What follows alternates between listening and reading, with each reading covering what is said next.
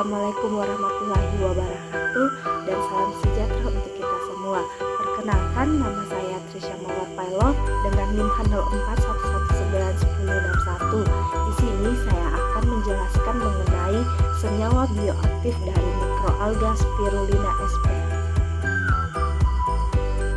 Baik, yang perlu pertama diketahui yaitu adalah bagaimana karakteristik dari mikroalga spirulina ini, di mana mikroalga spirulina ini merupakan jenis mikroalga dari golongan cyanophyta atau alga hijau biru. Nah, karakteristik dari spirulina sendiri di mana bersifat autotrof, berwarna hijau kebiruan, yang dimana terdiri dari sel-sel selindris yang membentuk koloni, di mana selnya itu berkolon, membentuk filamen terpilin menyerupai spiral atau biasa disebut juga dengan helix, sehingga mikroalga ini biasa juga disebut dengan alga biru hijau berfilamen.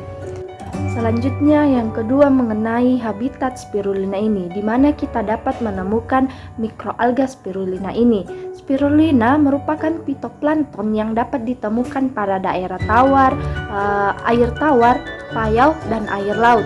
Spirulina ini dapat tumbuh di daerah tercemar atau sistem air produksi atau limbah. Menurut Viveri tahun 1983 dalam Hidayati 2014 mengatakan bahwa Spirulina sp memiliki toleransi yang cukup tinggi terhadap salinitas tempat hidupnya, sehingga seperti yang saya tadi katakan bahwa Spirulina ini dapat ditemukan di air tawar, air payau, dan air laut dengan salinitas tinggi. Adapun pH dan kisaran suhu yang baik untuk pertumbuhan spirulina yaitu di mana pH-nya antara 7,2 sampai 9,5 dan untuk suhunya sekitar 25 sampai 35 derajat Celcius. Nah, yang ketiga mengenai reproduksi dari Spirulina sp, di mana dia berkembang dengan cara aseksual atau membelah diri.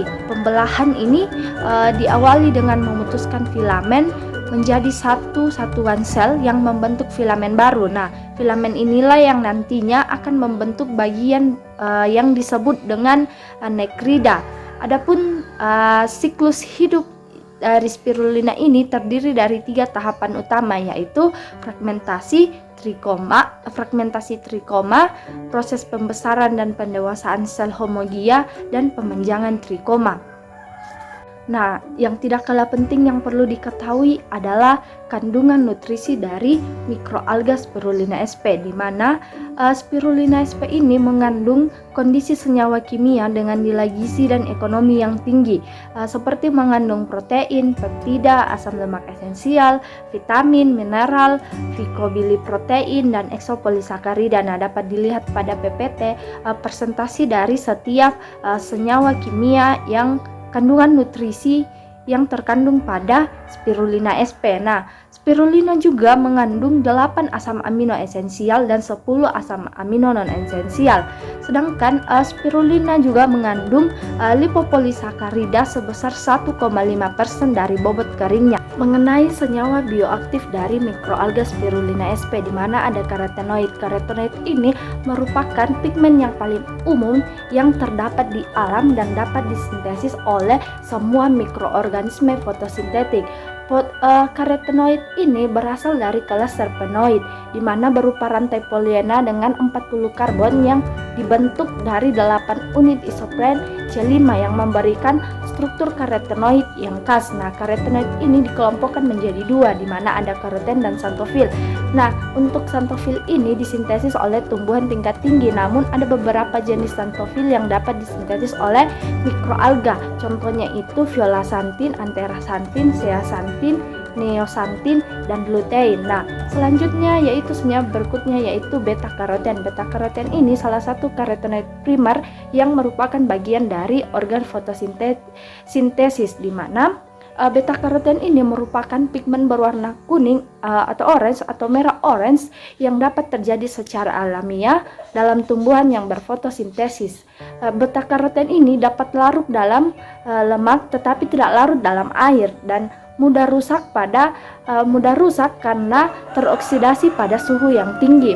Beta karoten ini dipercaya dapat menurunkan risiko penyakit jantung dan kanker. Selanjutnya mengenai antasantin.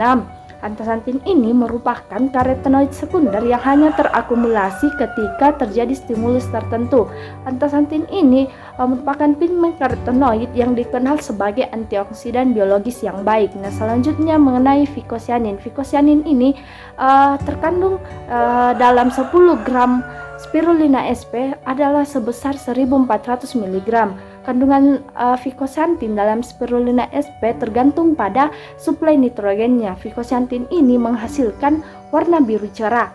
Selanjutnya vicosyantin ini merupakan pigmen yang berasosiasi dengan protein dan bersifat polar dan larut dalam air, sehingga dapat diekstrak dengan menggunakan pelarut air atau baftar. Nah, vicosyantin ini telah digunakan sebagai pewarna alami makanan, dalam kosmetik, dalam obat-obatan. Nah, vicosyantin merupakan protein kompleks yang mampu meningkatkan kekebalan tubuh, bersifat anti kanker dan antioksidan.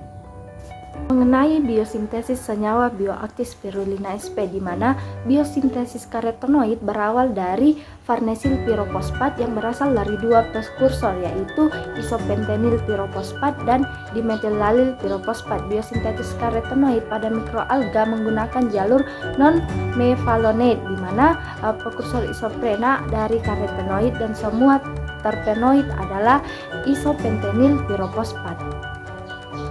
Beberapa bidang telah memanfaatkan spirulina, contohnya dalam bidang kesehatan dapat mengatasi masalah kesehatan seperti malnutrisi, menurunnya sistem kekebalan tubuh, dapat menurunkan kadar kolesterol darah, dapat meminimalisir terjadinya kanker. Dalam bidang industri, penduduk Afrika telah lama memanfaatkan spirulina sebagai sumber makanan mereka.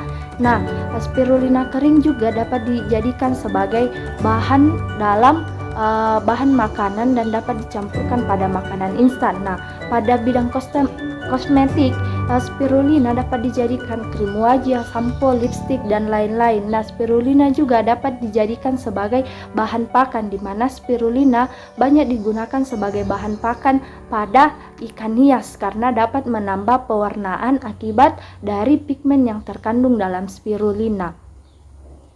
Demikian yang dapat